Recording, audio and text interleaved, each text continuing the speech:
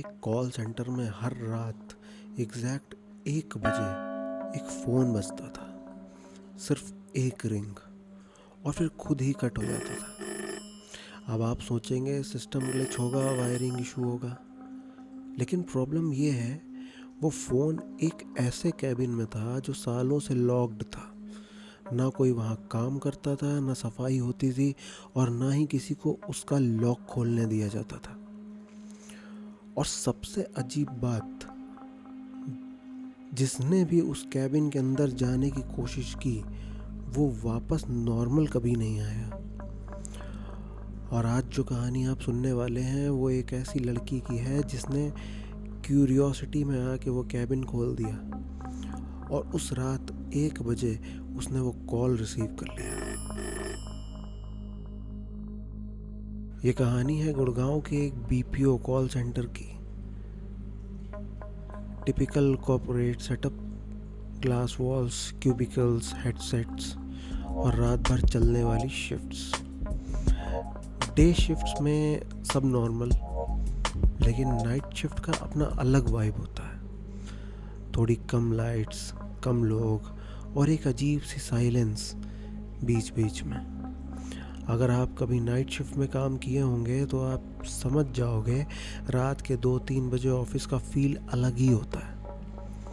इसी call centre में एक कैबिन था, कॉर्नर में, थोड़ा आइसोलेटेड, ग्लास भी धुंधला सा, अंदर क्लियरली दिखता भी नहीं था। और सबसे नोटिसेबल बात जो थी वो हमेशा लॉक्ड रहता था। पे धूल जम चुकी थी, अंदर जाले लगे हुए थे जैसे सालों से किसी ने उसे टच तक नहीं किया है। शुरू में नए लोगों को ये बस वियर्ड लगता था। उनमें से कुछ इंटर्न्स भी थे जिनमें एक लड़की थी, अनन्या। उसकी एज करीब 22 साल के आसपास थी। स्मार्ट थी, कॉन्फिडेंट थी, थोड़ी क्यूरियस नेचर की थी। और जैसा हर क्यूरियस इंसान करता है उसने भी उस कैबिन पे ध्यान दिया। पहले दिन बस नोटिस किया, दूसरे दिन ऑब्जर्व किया, तीसरे दिन उसने एक चीज़ नोटिस की जो बाकी सब इग्नोर कर रहे थे। रात 1 बजे पूरा फ्लोर ऑलमोस्ट साइलेंट था। तब उस लॉक्ड कैबिन के अंदर से फ़ोन की रिंग आती है।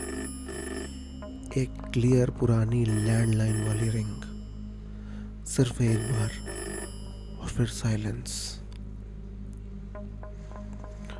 अनन्या को लगा कोइंसिडेंस होगा, लेकिन अगले दिन फिर 1 बजे फिर वही रिंग और फिर कट। अब क्यूरियोसिटी बढ़ने लगी थी। उसने बाकी इंटर्न से पूछा तो पता चला ये चीज़ काफ़ी टाइम से हो रही है, डेली एग्जैक्ट टाइम पे। और सबसे क्रीपी बात जो थी, किसी ने कभी वो फ़ोन उठाया नहीं क्योंकि कभी किसी ने वो लॉक खोला ही नहीं। अनन्या ने बात गार्ड को बोली। गार्ड का नाम था उमेश। वो पुराना एम्प्लॉय था और जैसे ही उसने ये बात सुनी वो क्लियरली अनकंफर्टेबल हो गया। उसने सीधा इग्नोर कर दिया जैसे उसको पता हो, लेकिन वो बताना नहीं चाहता। अनन्या ने डिसाइड किया कि वो खुद देखेगी। एक रात शिफ्ट चल रही थी और धीरे धीरे 1 बजने वाला था। उसने पहले ही नोटिस कर लिया था कि कीज़ एक लॉकर में रखी रहती हैं और उस रात उसने क्वाइटली वो की निकाल ली। अब सोचिए रात का टाइम, डिम लाइट्स, पूरा फ्लोर ऑलमोस्ट साइलेंट और वो एक लॉक्ड कैबिन के सामने खड़ी है जिसे सालों से किसी ने नहीं खोला। उसका हार्ट बीट फास्ट हो रहा था, फिर भी उसने लॉक में की डाली। और जैसे ही डोर खुला, अंदर से एक ठंडी बंद हवा बाहर आई, जैसे रूम सालों से सील्ड हो। डस्ट, स्मेल और एक अजीब सी हैवीनेस। अनन्या अंदर चली गई, टॉर्च ऑन की। रूम छोटा था, एक टेबल, एक कुर्सी और एक पुराना लैंडलाइन फ़ोन। सब कुछ नॉर्मल लग रहा था, लेकिन एक चीज़ ऑफ थी। रूम में आवाज़ एब्जॉर्ब हो रही थी, जैसे साउंड वापस इको ही नहीं हो रहा, बिल्कुल डेड साइलेंस। और फिर क्लॉक ने एक हिट किया, फोन बजा,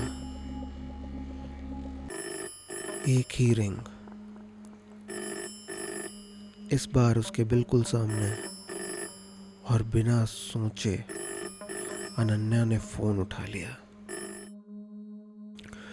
अगले ही सेकंड उसका एक्सप्रेशन चेंज हो गया। दूसरी तरफ से कोई बोल नहीं रहा था, सिर्फ हल्की सी रोने की आवाज, धीमी, जैसे कोई बहुत दर्द में हो। और उस मोमेंट पे अनन्या को फील हुआ कि वो रूम में अकेली नहीं है। उसने धीरे से ऊपर देखा, सीलिंग पे कुछ चिपका हुआ था, कोई शेप उल्टा, जैसे कोई इंसान, लेकिन नॉर्मल नहीं। उसकी बॉडी फ्रीज हो गई, वो भागना चाहती थी लेकिन पैर हिल नहीं रहे थे। और तब उसको अपने कंधे पे एक सडन वेट फील हुआ, जैसे कोई उसके ऊपर बैठ गया हो। सांस हैवी हो गई, सर में प्रेशर और बॉडी कंट्रोल से बाहर। यहीं पे कहानी का असली राज खुलता है।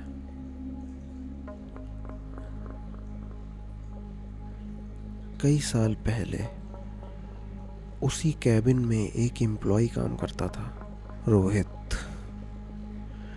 नाइट शिफ्ट करता था, नॉर्मल आदमी था, लेकिन धीरे धीरे वो चेंज होने लगा। उसको हमेशा कंधों पे वेट फील होता था, सर दर्द रहता, थकान जाती नहीं थी, जैसे कोई उसके साथ ही रहता हो। एक रात वो ऑफिस आते वक्त एक सुनसान रोड से गुजरा, और वहीं कुछ उसके साथ आ गया।